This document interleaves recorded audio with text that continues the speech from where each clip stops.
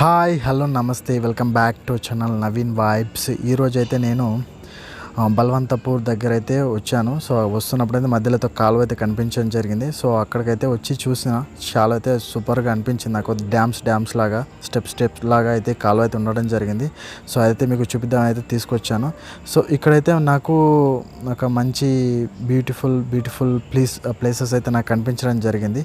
So వాటిని అయితే మీ ముందు తీసుకురావడానికి అయితే ట్రై చేశాను. ఐ థింక్ మీరైతే ఈ వీడియో లైక్ చేస్తారు అండ్ వీడియోని అయితే ఎక్కడ స్కిప్ చేయకుండా చూడండి.